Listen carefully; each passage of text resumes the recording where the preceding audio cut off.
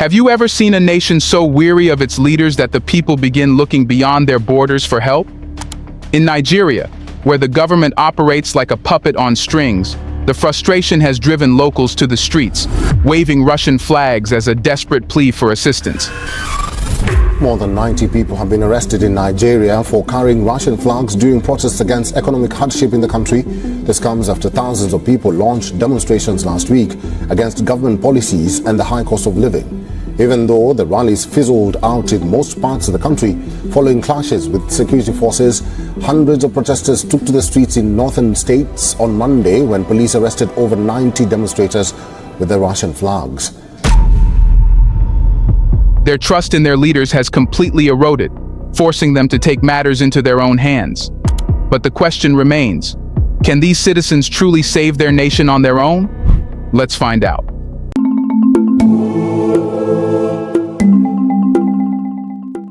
In the streets of northern Nigeria, a protester waves a Russian flag, an unusual sight in a region that has long been a pawn in the West's geopolitical games. But this image, captured in a recent video, speaks volumes about the desperation and disillusionment that have gripped the region. Those pushing individuals to carry Russian flags in Nigeria while crossing the red line.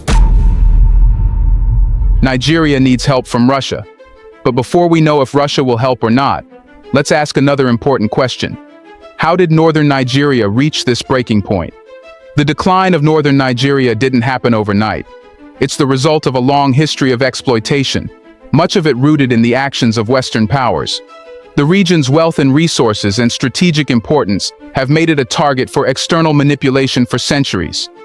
From the days of colonial rule, where the British exploited the region's agricultural potential while neglecting its development, to the more recent interventions by Western nations under the guise of aid and support, northern Nigeria has been systematically stripped of its potential. The British, during their colonial reign, implemented policies that disrupted traditional governance structures, which had previously maintained order and prosperity in the region. The Northern Protectorate, as it was called, was managed with a focus on extracting resources, particularly groundnuts and cotton, for export to Britain.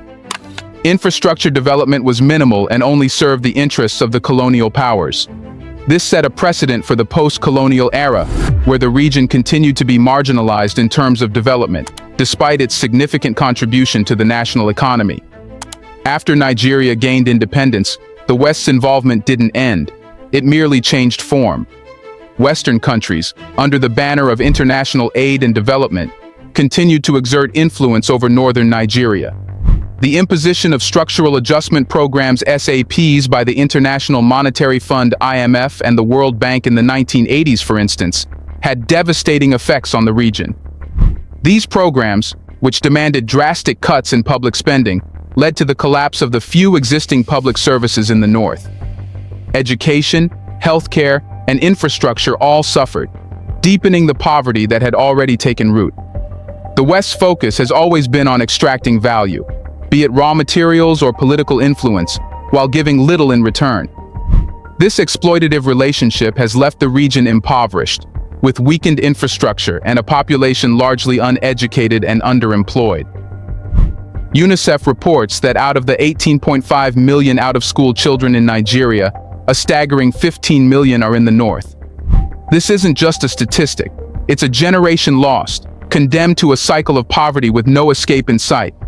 The economic policies imposed by Western powers, coupled with the Nigerian government's focus on the oil-rich South, have led to a significant imbalance in development.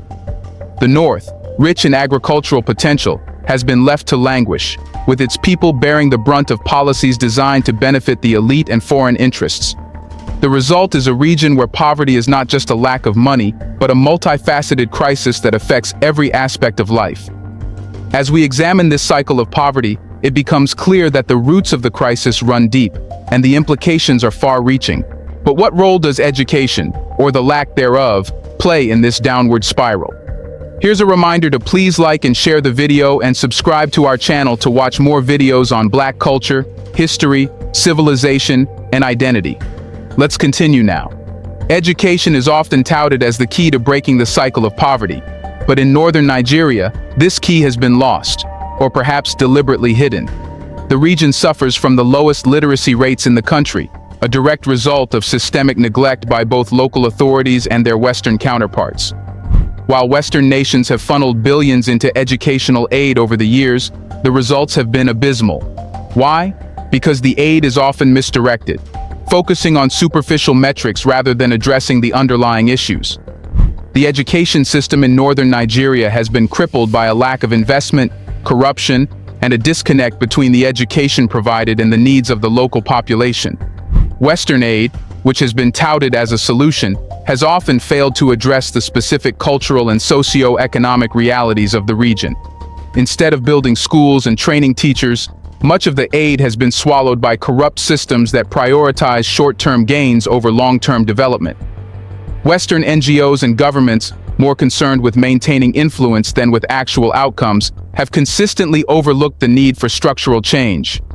Moreover, the curriculum imposed by the central government, often influenced by Western standards, is out of touch with the needs of northern Nigeria's population.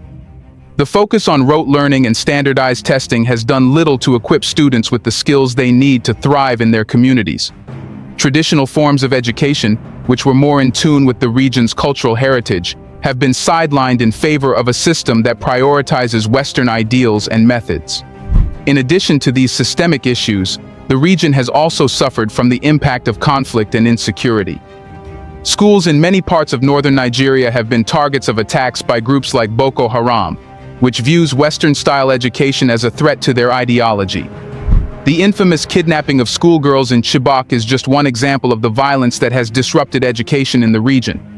Parents, fearing for their children's safety, are often reluctant to send them to school, further exacerbating the problem.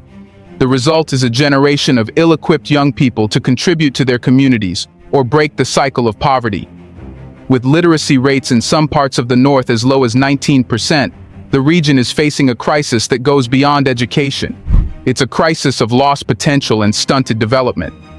The failure of the education system is not just a failure of policy, it's a failure of vision, driven by a lack of understanding and respect for the region's unique challenges. But education isn't the only area where the West's involvement has had catastrophic effects. The region's security situation has also been deeply compromised, raising another pressing question. How did northern Nigeria become a breeding ground for insurgencies? The rise of insurgencies in northern Nigeria is not an isolated phenomenon. It's the product of years of neglect and exploitation. Groups like Boko Haram have flourished in an environment where poverty is rampant and hope is in short supply. But what's less talked about is the role that Western foreign policy has played in creating the conditions for this chaos. The so-called war on terror, led by the United States and its allies, has destabilized entire regions, creating power vacuums that groups like Boko Haram have been all too eager to fill. The roots of insurgents in northern Nigeria can be traced back to the socio-economic conditions that have been allowed to fester for decades. Poverty, lack of education, and unemployment have created a fertile ground for extremist ideologies to take hold. In a region where the government has consistently failed to provide for its people, groups like Boko Haram offer not just a sense of purpose, but also a means of survival. Recruitment is often driven by desperation, with young men joining these groups out of necessity rather than conviction. Western interventions, particularly in the aftermath of 9/11, have exacerbated these conditions. The US and other Western nations, while claiming to fight insurgency, have often done more harm than good. Their military interventions in the Middle East and Africa have left a trail of destruction, with northern Nigeria caught in the crossfire. The West's approach to counterinsurgency, heavy on force, understanding light, has only exacerbated the problem, driving more young people into the arms of extremist groups as they seek some semblance of purpose in a world that has abandoned them.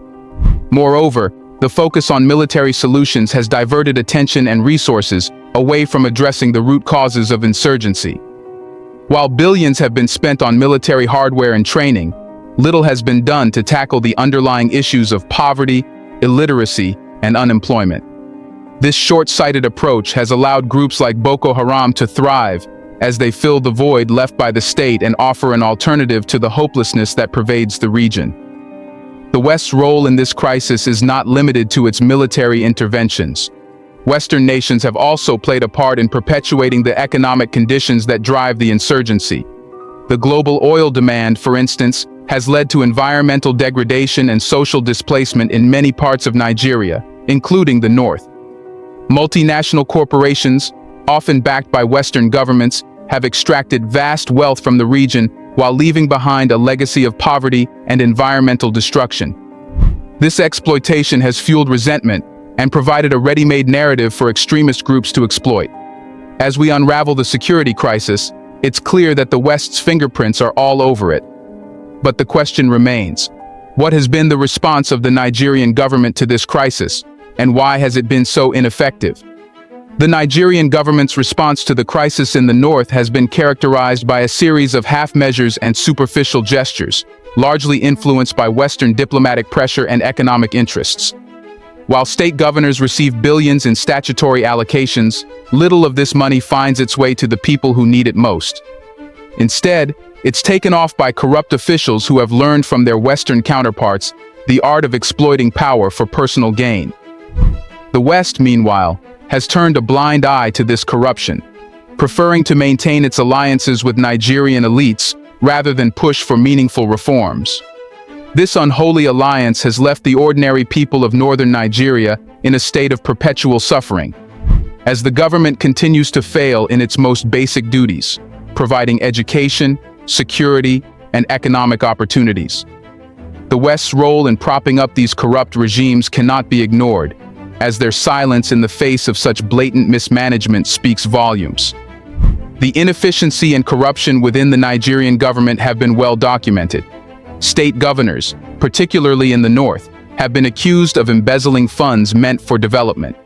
These funds, provided by both the federal government and international donors, are often diverted into private accounts or used to fund extravagant lifestyles, while the people they are meant to serve are left in dire poverty. This corruption is not just a failure of individual morality. It's a systemic issue that has been exacerbated by the lack of accountability and the complicity of Western powers. Moreover, the Nigerian government's approach to the crisis has been reactive rather than proactive. Instead of addressing the root causes of poverty and insecurity, the government has focused on short-term solutions, such as distributing rice and cash handouts to placate the population. These measures are not only ineffective but also unsustainable. They do nothing to address the underlying issues that have led to the crisis, and in some cases, they have even made things worse by creating a dependency on government handouts. The security forces, which should be protecting the people from threats like Boko Haram, are often more concerned with protecting the interests of the elite. This misuse of security personnel is not just a matter of corruption. It's a reflection of the broader problem of governance in Nigeria. The government, both at the state and federal levels, has consistently prioritized the interests of the powerful over the needs of the people. This has left the ordinary citizens of northern Nigeria vulnerable to attacks from insurgents who operate with near impunity in many parts of the region. The West's role in this failure is not limited to its support for corrupt regimes. Western governments and multinational corporations have also played a part in perpetuating the economic conditions that have led to the crisis. By prioritizing their economic interests over the development of the region, they have contributed to the poverty and insecurity that have fueled the rise of insurgency in northern Nigeria. With the government's failure to act, the people of northern Nigeria have been left with no choice but to take matters into their own hands. This leads us to the final question: what does the future hold for northern Nigeria? The future of northern Nigeria hangs in the balance, teetering between hope and despair. On one hand, the region's people have shown incredible resilience in the face of unimaginable hardship. On the other hand, the systemic issues that have led to the current crisis remain largely unaddressed. If there is to be any hope for northern Nigeria, it must come from within, driven by the people themselves rather than dictated by Western powers with their agendas. Grassroots movements and local initiatives offer a glimmer of hope, as they are rooted in the realities of the region and led by those who have the most to gain or lose from its future. These efforts, however, need support. Real support, not the kind that comes with strings attached. The West, if it is to play any role at all, must step back and allow African solutions to take center stage. This means rethinking aid, reevaluating foreign policy, and, most importantly, respecting the sovereignty and dignity of the African people.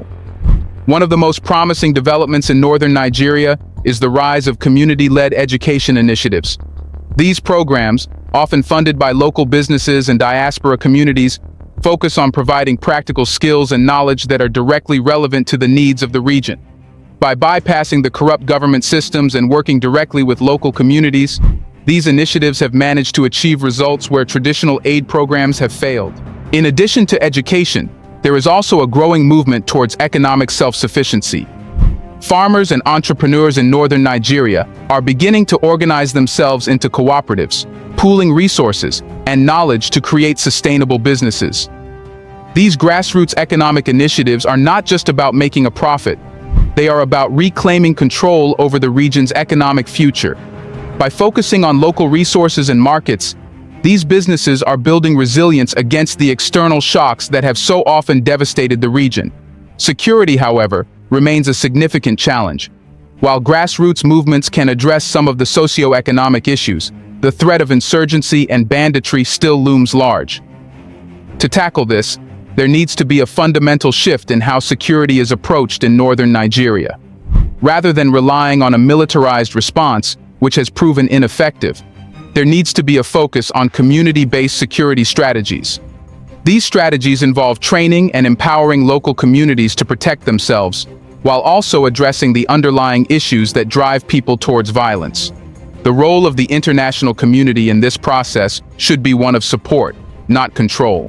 Western nations must recognize that their traditional approaches to aid and development have failed, and that the future of northern Nigeria lies in the hands of its people. This means providing support for local initiatives, rather than imposing solutions from the outside. It also means holding their corporations accountable for their actions in the region, ensuring that they contribute to, rather than detract from, the region's development. Also, the locals holding Russian flags show that Nigeria needs help from Russia. But nothing can matter until the ruling people don't want to change. I've seen it where some foreign flags have been flown within the sovereignty of Nigeria, and that is totally unacceptable. We are warning in clear terms, and the president has also said we should convey this, that we will not accept anybody, any individual flying any foreign flag in Nigeria. That is treasonable offense, and it will be viewed and treated as such. Does this mean it's time for locals to take action themselves? Should they remove all leader in power who care about their interests? Let us know in the comment section. What's the solution to the issues Nigeria is facing? Do you want to watch more videos like this one? If so, subscribe to our channel and press the bell icon next to it. We have decided to bring videos on something nobody talks about: the Black culture, civilization, history, and evidence about how glorious Blacks have been. Thanks for watching, and until the next video, stay tuned.